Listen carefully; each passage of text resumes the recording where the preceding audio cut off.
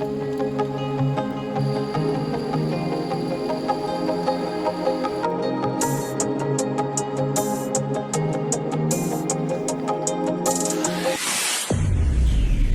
Morning বাইডি বন্ডিরা, welcome back বাগেরহাটের বাঘিনী blogs. তোমরা সকল কিরম আছো বাইডি বন্ডিরা?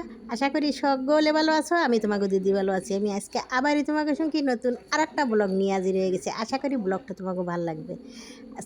আজকে 3-4 দিন ধরে একভাবে বৃষ্টি হচ্ছে আর হচ্ছে। তাই সকাল সকাল করে উঠেই একটু খিচুড়ি রান্না করে নিয়েছি। খিচুড়িটা হচ্ছে সবজি খিচুড়ি, মাছ মাংস বা অন্য কোনো আমিষ দিয়ে খাওয়া হবে না। এটা খাওয়া হবে শুধু ভাজাভুজি দিয়ে, নিরামিষ তরকারি দিয়ে রান্না তো করেছি। আবার কাঁকরোল ভাজি, পটল ভাজি, সাথে হচ্ছে কাগজি লেবু। কাগজি লেবুটা যে দেখতেছো এটা কিন্তু আমারই গাছের কাগজি লেবু, কেটে নিছি। তা হলো তোমরা হলো এই যে তেলটা দেখতেছো এটা হচ্ছে আমার নিজের হাতে বানানো এই আমের তেল, আম তেল আর কি। খিচুড়ির সাথে আম তেলটা বেশ লাগে আমার কাছে। এই সবজি খিচুড়িটা সকালবেলা খাওয়ার জন্যই করেছি। এবার আমি দুপুরের জন্য হচ্ছে কুমড়ো বিচি দিয়ে একটা রেসিপি করব, কুমড়ো বিচির ধোকলা। কুমড়ো বিচির ধোকলাটা হচ্ছে তোমার ওই যে মিষ্টি কুমড়োর বিচি আমরা ওই বয়েমে করে শুকনো শুকনো যে সচরাচর খেয়ে থাকি, ওই বাদামের মতন করে, সেই কুমড়ো বিচি কয়টা, সাথে হলো মুগ ডাল নেবো ভিজিয়ে। তা এই কুমড়ো বিচিটা আর এই মুগ ডালটা ভালো করে চটকে ধুয়ে তারপরে আমি 1 ঘন্টার জন্য ভিজিয়ে রাখবো। এই মানে আর কি কুমড়ো বিচিটা আসল হয়েছে কি, ওই উনি হলো খান, ছেলের বাপে খায়। তা উনি আর এই বিচিগুলো বেশি দিন দেরি হয়ে গেছে জন্য উনি আর খাবেন না। উনি নতুন আবার পুনরায় নতুন করে আনিছেন, সেগুলো খাচ্ছেন। আর এগুলো হচ্ছে উনি আর খাবেন না বলে দিয়ে দিয়েছেন যে তুমি যা খুশি করো যে ওগুলো আমি আর খাবো না। তারপর টাকা দিয়ে কেনা, উনি খাবো না বললেও আমি তো ফেলে দেবো না। ওই জন্য আমি রেসিপি করে খেয়ে নেবো। এই রেসিপিটা অবশ্যই আমার এক মাসিমার কাছ থেকে শেখা রেসিপি, সেই রেসিপিতেই বানাবো। তোমরা যদি এইভাবে এই কুমড়ো বিচির রেসিপিটা কোনো সময় খেয়ে দেখো, তাহলে বুঝবা যে মাছ মাংস বা কোনো কিছু ছাড়া এইভাবে যে নিরামিষই এত টেস্টি একটা খাবার হয় কুমড়ো বিচি দিয়ে, মানে আর কি না খালি বুঝতে পারবে না তোমরা। এত সুন্দর টেস্টি খাবার হয় এই কুমড়ো বিচি আর ডাল দিয়ে, ধোকলা কুমড়ো বিচি আর ডাল মিক্স করে যেটা বানাবো আর কি। এই রেসিপিটা আসলেই সুন্দর লাগে, কিন্তু খরচ বা পরিশ্রম কোনোটাই বেশি না। সবই হচ্ছে ঘরে যেগুলো মশলা আমাকে সবসময় সচরাচর থাকে সেইগুলো দিয়ে। ওগুলো আমি ওই পাশে 1 ঘন্টার জন্য ভিজেতে রেখে দিয়ে এসেছি। এ পাশে আমি একটু লাবড়া বানায় নিচ্ছি ওই দুপুরবেলার জন্যে। ওই সব পদের সবজি মিলিয়ে যেটা আমরা ওই অনেকে লাবড়া কয়, অনেকে আবার এটারে ওই সবজি মানে নিরামিষ সবজি কয়, তারপরে অনেকে শুক্তো কয়, যে যার ইচ্ছে আর কি। যত পদের তরকারি ঘরে থাকে, যা যা তরকারি 5 পদক 6 পদক 7 পদক, মানে যা যা ঘরে আছে সব কিছু মিলিয়ে নিয়ে, এমনকি তিতো থাকলে তিতো, উস্তো থাকলে উস্তোও দেওয়া হয়।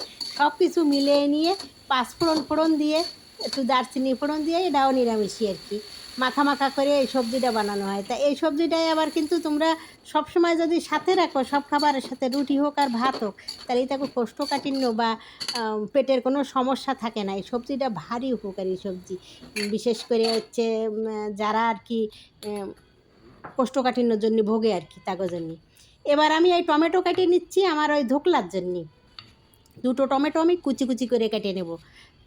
এই টমেটোটা দেয়াই লাগবে, কারণ টমেটো ছাড়া ধোকলার টেস্ট আসবেই না মানে আর কি ভালো হবে না। ওই জন্য এই পাকা টমেটোটা দেয়াই লাগবে। আর সাথে নিয়ে নেব মরিচ কুচি। কাঁচামরিচটা আমি ওই মানে আর কি যার যেমন ঝাল ইচ্ছে, আমি এই কাঁচামরিচ দেবো। আর শুকনো মরিচ ওই যে বড়ার মধ্যে ধোকলাটার যে বড়াটা করব ভেজে নিয়ে, ওই বড়াটার মধ্যে দেবো শুকনো মরিচ। এমনি আমি ঝোলে কোনো শুকনো মরিচ দেবো না। আমার 1 ঘন্টা হয়ে গেছে ডাল ভিজানো। এবার আমি এই কুমড়ো বিচিটা আর ডালটা 1 ঘন্টা পরে ব্লেন্ড করে নেওয়ার জন্য উঠিয়ে নিচ্ছি। আমি কিন্তু ডাল আর ডালের জল সহ দিয়ে দিছি। ওইখানে হলো জলটা এমনভাবে দিতে হবে, কারণ এই ডালটা হচ্ছে ব্যাটারটা করার পরে, ব্লেন্ড করার পরে থকথকে একটা হতে হবে। মেলা যদি জল বেশি হয়ে যায়, জল জলে হয়ে যায়, তাহলে কিন্তু বড়া ভাজার সময় সমস্যা হয়ে যাবে, ছড়ায়া যাবে। আর বাইরের দিকের অবস্থাটা দেখো তোমরা, বৃষ্টি পড়ছেই 3-4 দিন ধরে, কখনো ভারী কখনো হালকা, একদম একভাবে লাগাতার এই 2-3 দিন ধরে বৃষ্টি হচ্ছে। কয়দিন ধরে, 3-4 দিন হয়ে গেল, 4 দিন ধরে হচ্ছে বৃষ্টি। আসলে হচ্ছে বৃহস্পতিবারের থেকে একবার শুরু হয়েছে, বৃহস্পতি শুক্র শনি 3 দিন একভাবেই হয়েছে। আর আজকে হচ্ছে রবিবার, আজকে 4 দিনই পড়েছে বৃষ্টি। এটা আমার ব্লেন্ড করা হয়ে গেছে। এই ব্লেন্ডটা একেবারে যে মাখনের মতো করা লাগবে এমন না। একটু যদি হালকা হালকা ভাব থাকে, দানা দানা, সমস্যা নেই কোনো। এই যে দেখো থকথকে কীরকমের হয়েছে ব্যাটারটা। এইবার আমি এইগুলোতে সব কিছু দিয়ে মাখায় নেব। দিলাম শুকনো মরিচের গুঁড়ো, এইবার দিলাম লবণ, এবার দিয়ে দেব আমি হলুদ, এইবার আমি দিয়ে দিলাম ভাজা জিরে গুঁড়ো। এইবার আমি ভালো করে মিক্স করবো এটারে এমনভাবে যেন ভালো করে মিশে যায় সব কিছুর মধ্যে। এর মধ্যে লাগবে হচ্ছে একটু মানে যাতে ছড়া ছড়া হয়ে না যায় বড়া ভাজার সময়, এই জন্য হয় চালের গুঁড়ো না হয় আটা, বা হচ্ছে কর্নফ্লাওয়ার থাকলে যা কিছু থাকুক আটা কষার জন্য একটা আর কি দিতে হবে। আমি দিলাম হচ্ছে শুকনো চালের গুঁড়ো, ঘরে ছিল চালের গুঁড়ো তাই দিয়ে দিচ্ছি। কিন্তু চালের গুঁড়ো ছাড়া যে কোনো কিছু আটা দিলেও হবে বা কর্নফ্লাওয়ার দিলেও হবে, একটা কিছু হলে আর কি হবে যাতে ছড়া ছড়া না হয়ে যায়। আমি কিন্তু এতে মানে আর কি কাঁচামরিচ এখন আর দিনেই দেবো হচ্ছে যে সময় রান্না করবো বড়াটা, ধোকলাটা করবো যে সময়, ওই সময়। এইবার আমি তেলের মধ্যে বড়াগুলো ভেজে উঠাবো। বড়াগুলো এমনভাবে ভাজবো, এই পাকোড়া যেমন মুচমুচে করে ভাজে অতটা আমি মুচমুচে পর্যন্ত যাব না, তার থেকে একটু আগার সময় উঠিয়ে নেব।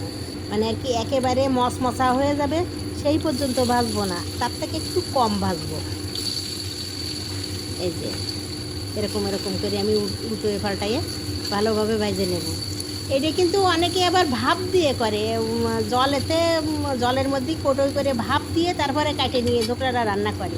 তা তোমরা যদি এইভাবে ভেজে নিয়ে রান্না করো, ওই জলে সিদ্ধ করে কাটে নিয়ে সেইভাবেও রান্না করা যায়, ওই কেকের মতন আর কি কাটে। ওইটার থেকে আমার কাছে এই তেলে ভাজাটা বেশি ভাল লাগে, ভেজে উঠানো রান্নাটা ওই সিদ্ধ করা রান্নার থেকে এইভাবে।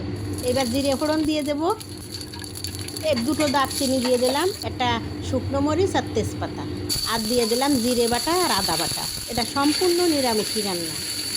কেউ যদি ইচ্ছে করো যে পেঁয়াজ রসুন দিয়ে রান্না করবা, তাও একটা রকম হবে, সেইটাও করা যায়, কিন্তু সেইভাবে আমি কোনো সময় করিনি।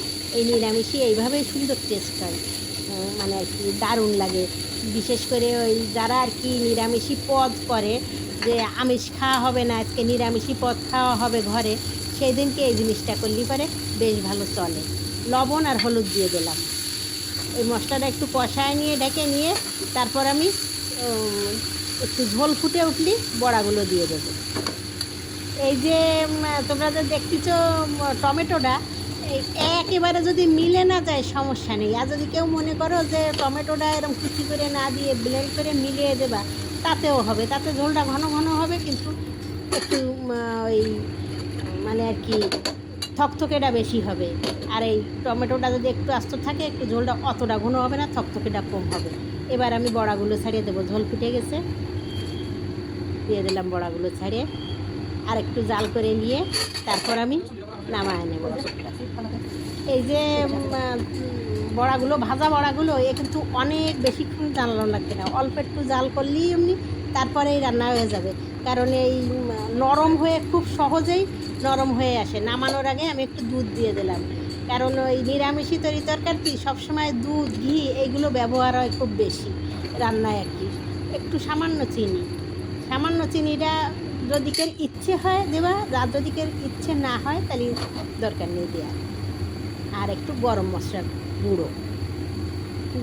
গুঁড়োটা দেওয়াই লাগবে, কারণ এই মুগ ডালের একটা ঘ্রাণ আছে, ডালের একটা নিজস্ব ঘ্রাণ আছে, ওইটা তো মুগ ডালটার ঘ্রাণটা একটু গরম মশলা দিলেই ভাল লাগে, মানে আর কি ঘ্রাণটা থাকে না। আর এই যে আমার রান্না শেষ হয়ে গেছে, কিন্তু এবার নামালি পরে আরও ঝোল টাইনে যাবে। এই যেটুক তোমরা দেখতেছো যে ঝোল ঝোল রয়েছে, এটা আরও শুকোয়ে টাইনে নেবে বড়াগুলোতে। এইভাবে তোমরা যদি কেউ কুমড়ো বিচি না খেয়ে থাকো, এই কুমড়ো বিচির ধোকলাটা কেমন লাগলো তোমরা জানাইও, আর তোমরা খেয়ে দেখবা এইভাবে। আর যদি দেখে ভালো লাগে তাহলে আমার কমেন্টে জানাইও তোমরা যে কেমন হচ্ছে, রান্নাটা কেমন হলো।